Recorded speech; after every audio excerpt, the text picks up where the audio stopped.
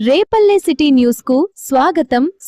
కార్మిక రంగం, రైతాంగము, వ్యవసాయ కూలీలు ఆగస్టు 10 క్విట్ ఇండియా ఉద్యమ నేపథ్యంలో 7వ కార్యక్రమం నిర్వహించడం జరుగుతుంది. దీని ప్రధానమైన డిమాండ్లు కార్మికులందరూ కనీస వేతనం 26,000 ఉండాలని, అట్లానే కార్మికులు కొన్నటువంటి చట్టాలన్నింటినీ కూడా రద్దు చేసి దేశంలో కార్మిక వర్గాన్ని అణిచిపెట్టడం కోసం 4 లేబర్ కోడ్లని కేంద్ర ప్రభుత్వం తీసుకొచ్చింది. ఈ లేబర్ కోడ్లు రద్దు చేయాలని, అట్లానే ఈరోజు భారతదేశ వ్యవసాయ రంగంలో వ్యవసాయం చేస్తున్న రైతాంగం ఎవరైతున్నారు వీళ్ళు తీవ్రమైనటువంటి కష్టాల్లో ఉన్నారు. ఇప్పటికే భారతదేశ వ్యాప్త వ్యవసాయ రంగం మీద ఇతర దేశాలు అమెరికా లాంటి దేశాల యొక్క పెత్తందారితనం వస్తున్న నేపథ్యంలో మన వాణిజ్యానికి సంబంధించి కానీ మనం వాడేటువంటి ఎరువులు కానీ వీటన్నిటి మీద విదేశీయానికి సంబంధించినటువంటి వృత్తులు వస్తున్న నేపథ్యంలో భారతదేశ వ్యవసాయానికి దెబ్బతింటా ఉంది.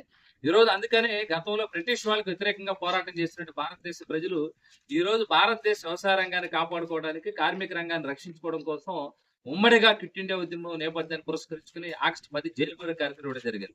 దీనిలో ప్రధానమైన డిమాండ్ ఎవరైతే వ్యవసాయం చేస్తున్న రైతాంగం ఉన్నారో వీళ్ళకి ఏదైతే పెట్టుబడి ఉందో పెట్టుబడి మీద 50% అదనంగా కలిపి గిట్టుబాటు ధర ఉండేలాగా చేయాలనేటువంటి, అట్లానే ఈ రోజు ఈ దేశంలో ఉన్నటువంటి కూలీలు కోట్లాది మంది వ్యవసాయ కూలీలు అవుతున్నారు వీళ్ళకి ఉపాధి కల్పించే దానికోసం ఉపాధి హామీ పథకం గతం నుంచి అమలవుతూ ఉంది. దీని రోజు మహాత్మా గాంధీ ఉపాధి పథకాన్ని విబిజీరావు పేరుతో పథకం పేరు మార్చారు. 120 రోజులు అన్నారు.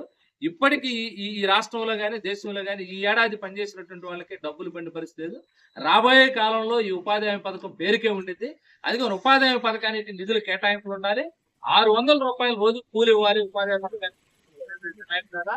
అట్లానే ఈ దేశంలో ఉన్నటువంటి ప్రజానీకం ఎవరైతున్నారు వీళ్ళందరికీ కూడా ఉపాధి అవకాశాలు కల్పించాలన్న దానికోసం ఈ క్విట్ ఇండియా ఉద్యమం పురస్కరించి ఆగస్టు 10వ తారీఖు నాడు జైలు బరో జరుగుతోంది. రేపల్లె పట్టణంలో కూడా నియోజకవర్గ కేంద్రంలో జరిగే జైలు బరోలో కార్మిక వర్గము, రైతాంగం, వ్యవసాయ కూలీలు మొత్తం ప్రజానీకం అందరూ పాల్గొని జయప్రదం చేయాలని చెప్పేసి ఈ రోజు ఈ ప్రచార కార్యక్రమం కార్మిక వర్గం దగ్గర రైతాంగం, వ్యవసాయ కూలీలు ఈ కార్యక్రమాన్ని తీసుకోవడం